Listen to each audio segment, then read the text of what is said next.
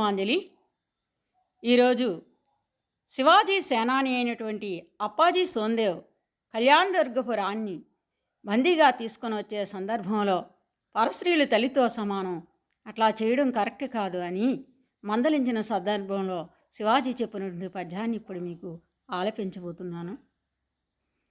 ఆ ఏమి ఒకరాని వాసమున్ పుణ్యావాసమున్ తెచ్చినావా, ఏ హైందవుండైనా నీ గతి అమర్యాదన్ ప్రవర్తించునే, మా ఆజ్ఞన్ గమనింపవో జయమదోన్మోదమ్మునం చెలరేగి నీ ఆయుస్సూత్రములి వెద్రుంచెకొనిదవో ఔదత్యమోర్వంజుమీ.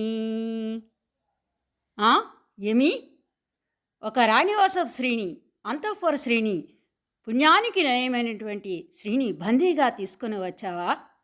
ఏ హైందవుడైనా నీలా అమర్యాదగా మర్యాద లేకుండా ప్రవర్తిస్తాడా? మా ఆజ్ఞను గమనింపవా? యుద్ధంలో విజయం సాధించాలనే గర్వం మత్తులో పడి నీ ఆయుస్సూత్రములు నువ్వే దృంచుకుంటావా? నీ యొక్క ఈ పనిని నేను సహింపను సుమా అని శివాజీ అప్పాజీ సోందేవుని మందలించడం జరిగింది. ధన్యవాదములు.